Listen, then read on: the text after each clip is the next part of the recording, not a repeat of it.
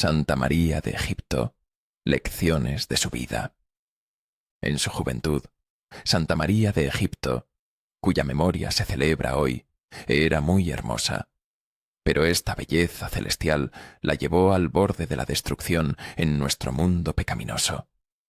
Seducida por un joven, a los 15 años perdió el preciado tesoro de una mujer, la castidad, y cayó en el pecado de la impureza.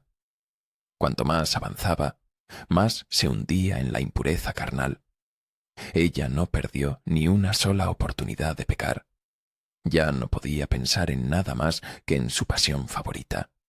Ella se convirtió en fuego, y lentamente se derritió y se derrumbó en este fuego. Así vivió 17 años. Una vez, estando en el mar, vio un barco que navegaba hacia Jerusalén para la fiesta de la exaltación de la cruz vivificante del Señor. Al ver a muchos jóvenes en el barco, inmediatamente quiso atraerlos a sus redes. Ella rogó que la aceptaran a bordo del barco, y a pesar de que el barco navegaba hacia un lugar tan sagrado como Jerusalén, con el Gólgota y el Santo Sepulcro, y hacia una festividad tan honorable como la exaltación de la cruz del Señor, María cometió actos tan vergonzosos en el barco con jóvenes que uno debe preguntarse cómo el mar no se abrió y se tragó el barco. Pero ¿qué pecado puede superar la paciencia y el amor de Dios? ¿De qué pecado no es capaz Dios de sacar a una persona? Sí, a pesar de toda su vileza, en lo más profundo de su corazón todavía brilla una chispa de ternura, bondad, amor. Y Dios sacó a María de su inmundicia pecaminosa. Al llegar a Jerusalén y ver que todo el pueblo se dirigía al templo, María quiso también ir al templo. Pero tan pronto como se acercó a las puertas del templo, una fuerza invisible la detuvo. Por más que lo intentó una y otra vez, no pudo entrar al templo. Fue entonces cuando la gracia divina tocó por primera vez su alma. Avergonzada y deshonrada, por primera vez cálidas, y luego ardientes lágrimas de arrepentimiento y dolor sin fin corrieron por su rostro. Dándose a un lado, cayó en profundos pensamientos. ¿En qué estaba pensando? Ella misma aún no sabía realmente qué pensar ni qué hacer. Pero si Dios la ha encontrado, por su misericordia, digna de ser tocada una vez por su gracia y ayuda, entonces no la abandonará en el futuro. Al mirar hacia arriba, María vio involuntariamente un icono de la Madre de Dios en la pared de la iglesia. El rostro santo y manso de la Madre de Dios parecía llamarla hacia sí. María cae de rodillas ante el icono y exclama con lágrimas en los ojos: «Madre de Dios, mis pecados son graves. Sé que mi lugar no está en el santuario, sino en el infierno. Pero tú, bondadosa, no desdeñes mi primer arrepentimiento y ayúdame ante Dios, tu Hijo. De ahora en adelante viviré solo para Él y para ti». Las lágrimas la abrumaron y le impidieron hablar más. ¿Pero era necesario decir más? ¿No se ha dicho aquí todo lo que se podía y se debía decir a María en ese momento? Después de levantarse de la oración, María se acercó nuevamente a las puertas del templo. La antigua fuerza invisible no la detuvo, para su gran alegría. Ella entró libremente al templo y se inclinó ante la honesta cruz de Cristo. El espíritu de ternura y gratitud la envolvió nuevamente. Ella vuelve de nuevo ante el icono de la Madre de Dios.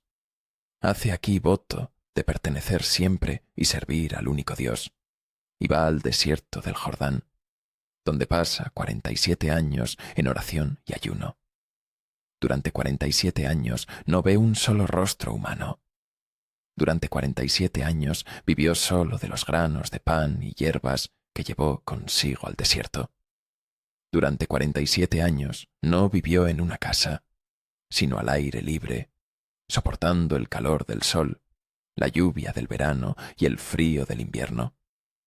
No es difícil imaginar lo que todo esto le costó a su cuerpo.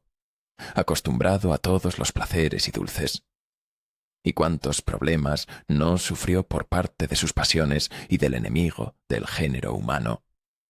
Cuando comía los granos de su pan, añoraba las carnes y los pescados que había comido en Egipto, y el vino que antes había probado.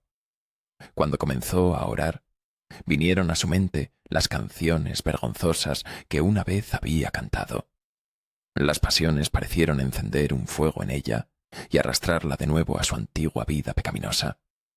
Así pasaron 16 años, pero María luchó y se mantuvo firme. Entonces, una luz tranquila y dulce brilló sobre su alma, y una gran calma se instaló en ella en lugar de la tormenta anterior. Después de 16 años de hazañas, María comenzó a convertirse en santa. El enemigo de la raza humana quedó deshonrado, y ya no se atrevió a acercarse a ella. Toda su alma y todo su cuerpo fueron purificados y santificados, y por eso ya no vinieron más malos pensamientos a su mente, ni aparecieron más malos deseos en su corazón. Siguiendo esforzándose durante otros 30 años, María alcanzó tal santidad y dones milagrosos que cruzó el río Jordán como si estuviera en tierra firme. Durante la oración se elevó de la tierra al aire. Conocía bien las sagradas escrituras, aunque nunca las había estudiado. Sabía lo que sucedía lejos de ella. Podía predecir el futuro. Su cuerpo se parecía más al espíritu que a la carne. Cuando llegó la hora de su muerte, María tuvo el deseo de participar del cuerpo y de la sangre de Cristo. Entonces Dios le envió al desierto a un sacerdote llamado Zosima. Ella le pidió a este anciano que le trajera el cuerpo y la sangre de Cristo, habiendo recibido la Sagrada Comunión. Misteriosamente, María le pidió a Zosima que viniera a verla dentro de un año. Al llegar un año después, Zosima ve de repente que una luz extraordinaria ilumina un lugar en el desierto. Al acercarse a este lugar, Zosima vio allí a María muerta. Los ángeles llevaron su santa alma al cielo. Después de haber llorado bastante y haber dado gracias a Dios por haberle concedido la oportunidad de ver a una santa desconocida para cualquier persona en el mundo y servirla, Zosima comenzó a pensar en cómo podría cavar una tumba para el entierro de la difunta. Entonces 2 leones salieron corriendo del desierto, cavaron un hoyo con sus garras y regresaron corriendo al desierto. Habiendo dado gracias nuevamente a Dios, Zosima cantó con reverencia salmos y otros himnos sagrados. Canciones.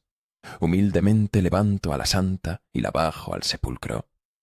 ¿Cuánto nos enseña la historia anterior? Primero, de ello se desprende que por muy profundamente que esté una persona sumida en la impureza pecaminosa, nunca debe desesperar, sino que siempre debe esperar la conversión y una vida mejor. 2. De esto se desprende que si una persona se esfuerza con todas sus fuerzas y cree firmemente en la ayuda de Dios, entonces no sólo podrá abandonar el camino del pecado, sino incluso alcanzar un alto grado de santidad.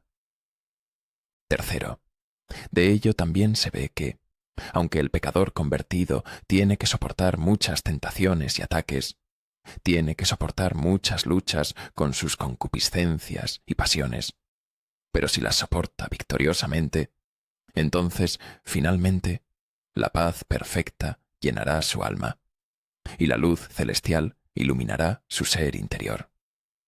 4.